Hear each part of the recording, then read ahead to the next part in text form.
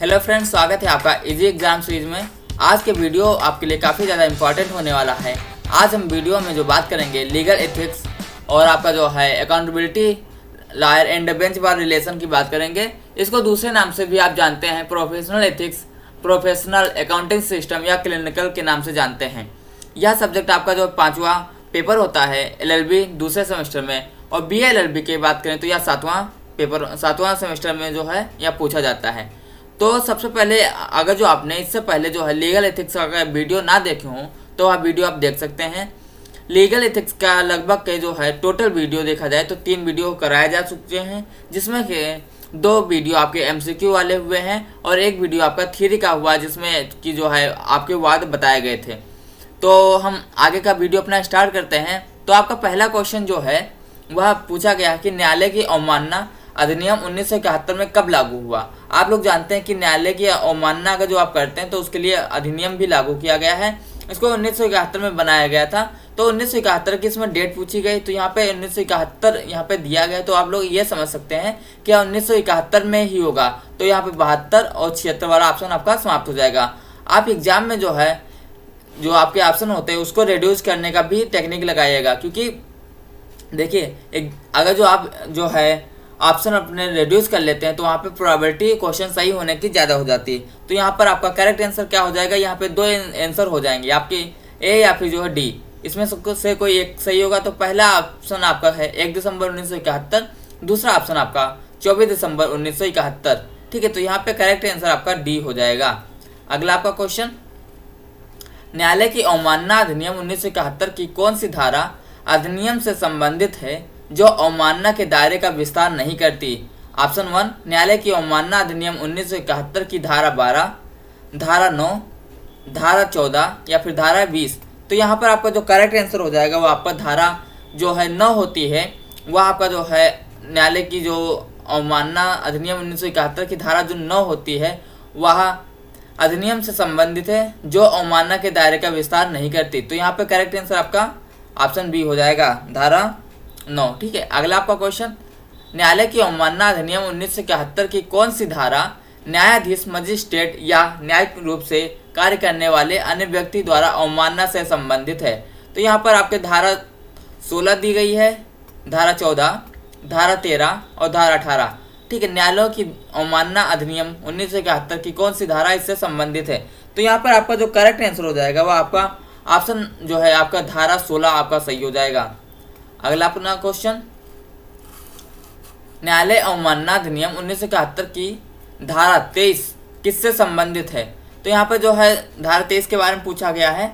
Option 1 अन्य मामलों से आपराधिक अवमानना का संज्ञान, ऑप्शन बी आपराधिक अवमानना के मामलों की सुनवाई न्यायपीठों द्वारा की जाएगी, ऑप्शन सी न्यायिक अधिनियम की निष्पक्ष आलोचना अवमानना नहीं, ऑप्शन डी नियम बनाने की उच्चतम न्यायालय और उच्च न्यायालयों की अधिशक्ति। ठीक है, तो यहाँ पर करेक्ट आंसर आपका जो है ऑप्शन डी हो जाएगा।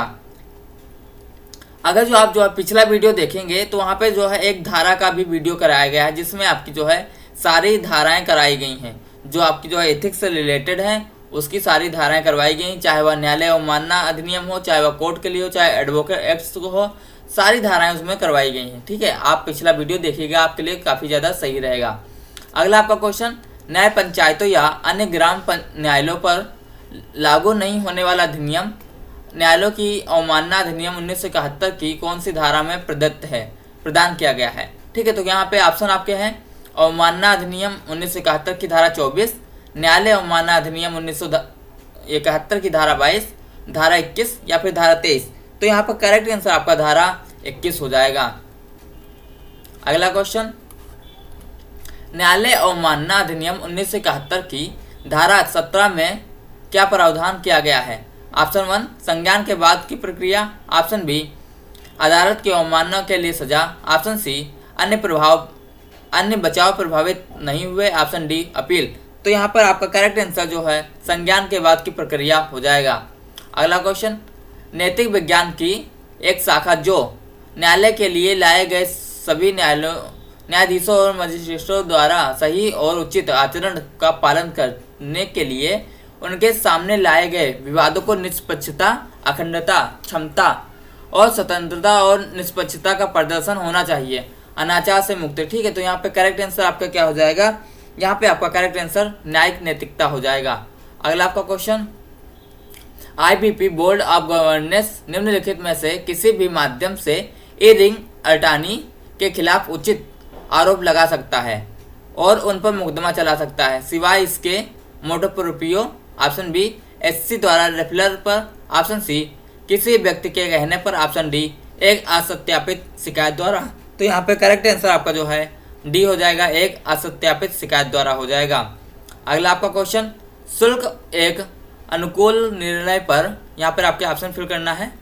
शुल्क एक अनुकूल निर्णय पर शर्त रखी गई है और धन या संपत्ति की वसूली और जिसकी राशि प्रतिशत के आधार पर हो।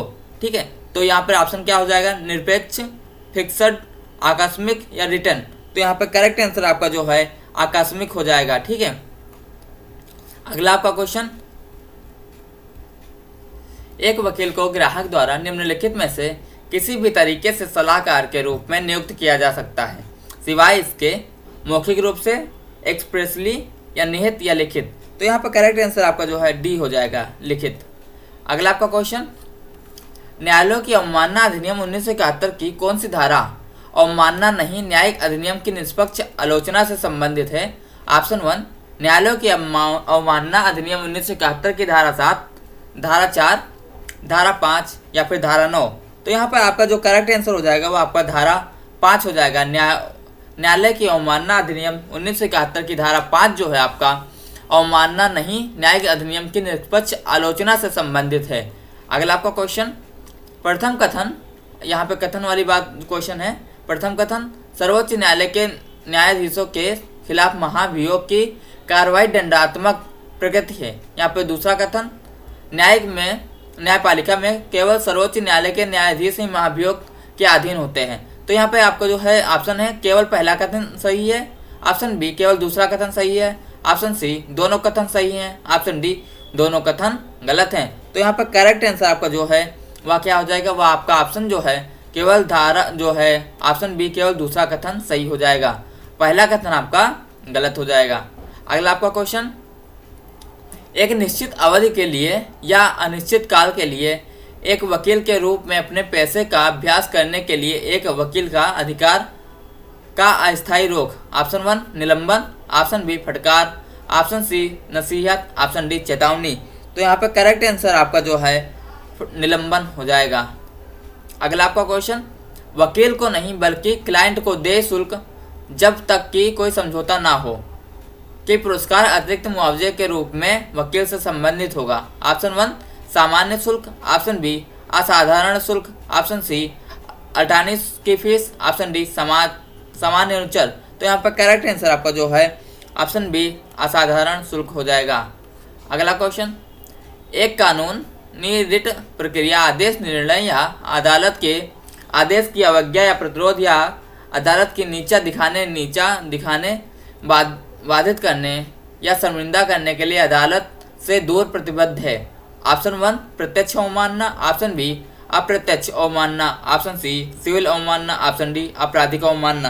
तो यहाँ पर आपका जो करेक्ट आंसर हो जाएगा वो आपका ऑप्शन बी अप्रत्यक्ष अवमानना हो जाएगा। अप्रत्यक्ष अवमानना ये आपका हो सकता है जो सीधे तौर पर ना हो। ठीक है, मतलब जैसे आपका प्रत्यक्ष अप्रत्यक्ष जानते हैं ना, प्रत्यक्ष सीधे हो जाएगा, जैसे आप किसी इंसान को अपनी आंखों से देख लो तो वह सीधे प्रत्यक्ष रूप से है, और अप्रत्यक्ष वो हो जाता है जो सीधे आप नहीं देख सकते, मतलब किसी दूसरे के माध्यम से होता है। ठीक है, तो वह अप्रत्यक्ष हो जाएगा। अगला आपका क्वेश्चन, कोई अक्षम्य, शर्मनाक या मुखर गैर कानूनी न्याय के प्रशासन से संबंधित व्यक्ति की ओर से आचरण जो पार्टियों के अधिकारी या किसी कारण के सही निर्धारण के लिए प्रतिकूल है, एक पूर्ववर्ती निर्धारित जिद्दी या जानबूझकर उद्देश्य से आचरण। तो यहाँ पे आचरण कैसा होगा, घोर अनैतिक आचरण, ऑप्शन बी कानून की घोर अज्ञानता, ऑप्शन सी घोर कदाचार, ऑप्शन डी नैतिक अधमता से जुड़े अपराध। तो यहाँ पे करेक्ट आंसर आपका जो है ऑप्शन सी घोर कदाचार हो जाएगा। अगला क्वेश्चन, न्यायालय अवमानना अधिनियम 1971 की धारा 12 से संबंधित है। ऑप्शन 1 अदालत की अवमानना के लिए सजा, ऑप्शन बी अवमानना न होने पर अधीनस्थ न्यायालयों के पीठासीन अधिकारियों के विरुद्ध शिकायत। ऑप्शन सी अवमानना के लिए कार्रवाई के लिए सीमा। ऑप्शन डी परिभाषाएं।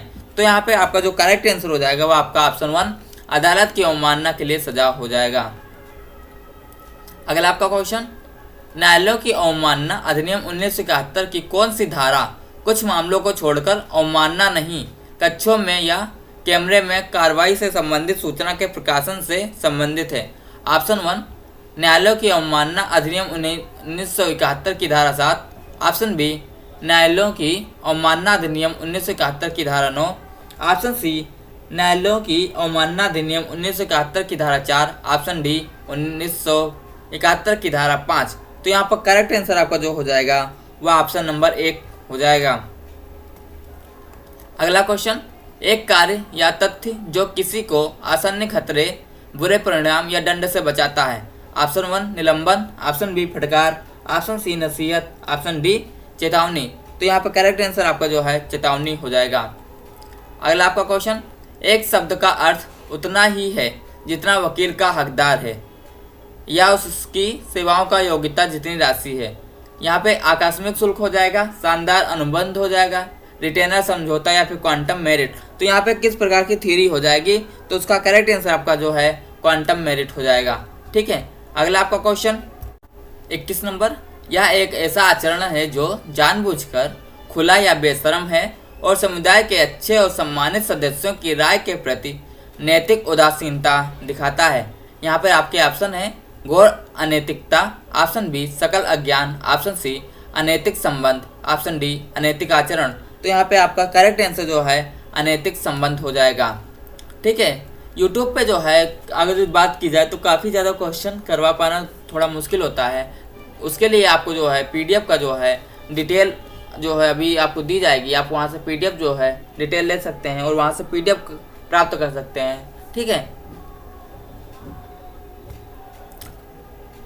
अगला क्वेश्चन, एक प्रकार का ग्रहणाधिकार जो वकील की फीस का पूरी तरह से भुगतान होने तक क्लाइंट के खिलाफ फंड, दस्तावेज और कागजात बनाए रखने के अधिकार का जिक्र करता है। ऑप्शन 1 अटॉर्नी का ग्रहणाधिकार। ऑप्शन बी चार्ज ग्रहणाधिकार। ऑप्शन सी धारणाधिकार धारण करना। ऑप्शन डी ग्राहक का ग्रहणाधिकार। तो यहाँ पे आपका करेक्ट आंसर धारणाधिकार का धारण करना हो जाएगा।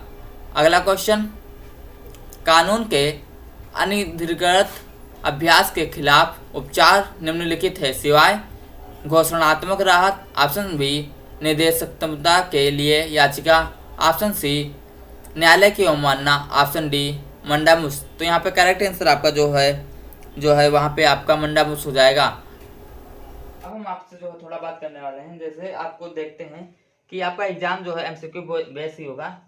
एमसीक्यू बेस्ड आपका एग्जाम होगा। 100 क्वेश्चन होंगे।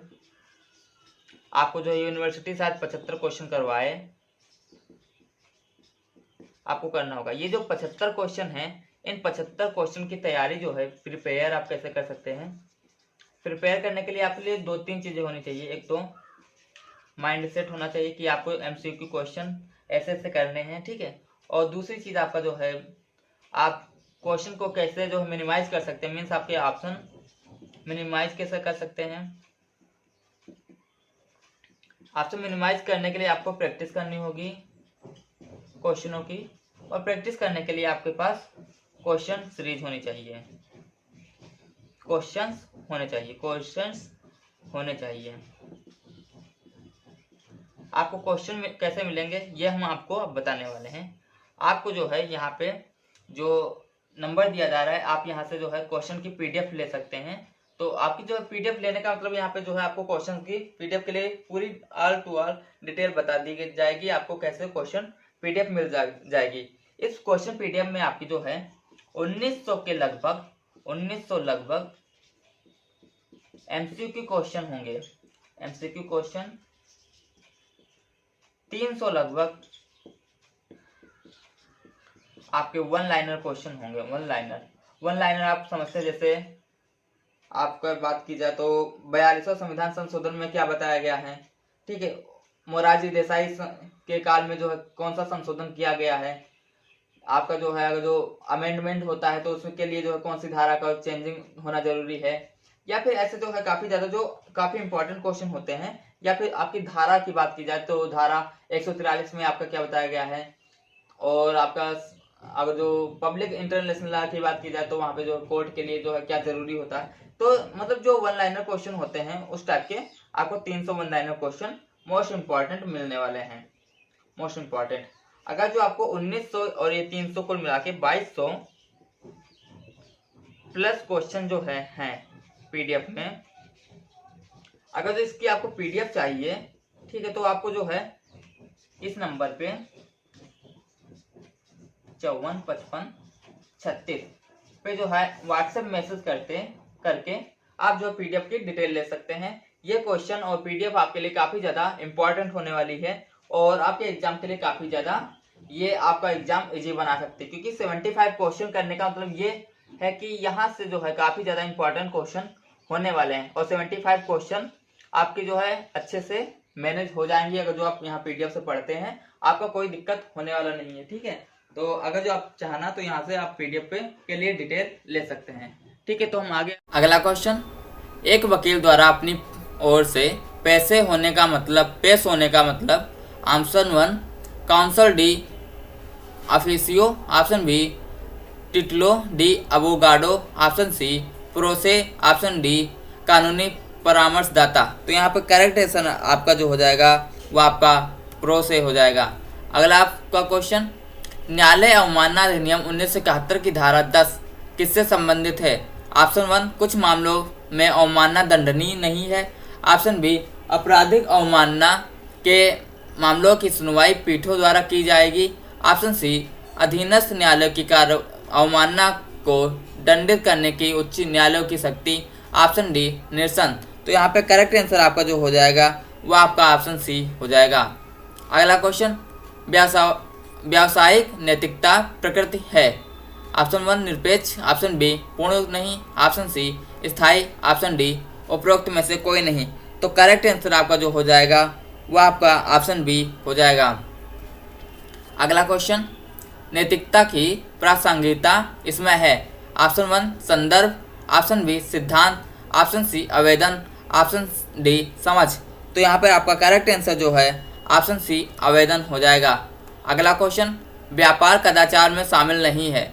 ऑप्शन 1 कालाबाजारी, ऑप्शन बी मिलावट, ऑप्शन सी विज्ञापन, ऑप्शन डी दोहराव। तो यहाँ पे करेक्ट आंसर आपका जो है विज्ञापन हो जाएगा। अगला क्वेश्चन, नैतिकता एक ऑप्शन को संदर्भित करती है जो दूसरे के साथ व्यवहार करते समय एक व्यक्ति को मार्गदर्शन करती है। ऑप्शन 1 एक संकेत वाली, ऑप्शन बी आचरण, ऑप्शन सी आचार संहिता, ऑप्शन डी आचरण के नियम। तो यहाँ पे आपका करेक्ट आंसर जो हो जाएगा वो आपका ऑप्शन जो है सी हो जाएगा, आचार संहिता। अगला आपका क्वेश्चन, अनुपालन में नैतिकता का अर्थ है? तो ऑप्शन 1 आपका जो है यह नियमों और अधिकार का पालन करने के बारे में है। तो यह आपका बिल्कुल करेक्ट आंसर हो जाएगा। ठीक है दोस्तों, मिलते हैं अगले वीडियो में, तब तक के लिए टेक केयर। हाँ, अगर जो आपको पीडीएफ चाहिए तो आप व्हाट्सएप पे जो है डिटेल ले सकते हैं, और अगर जो आपको यह वीडियो अच्छा लगा हो तो प्लीज़ लाइक शेयर और सब्सक्राइब करके जो है बताइएगा कमेंट में कि आपको यह वीडियो कैसा लगा। Thank you.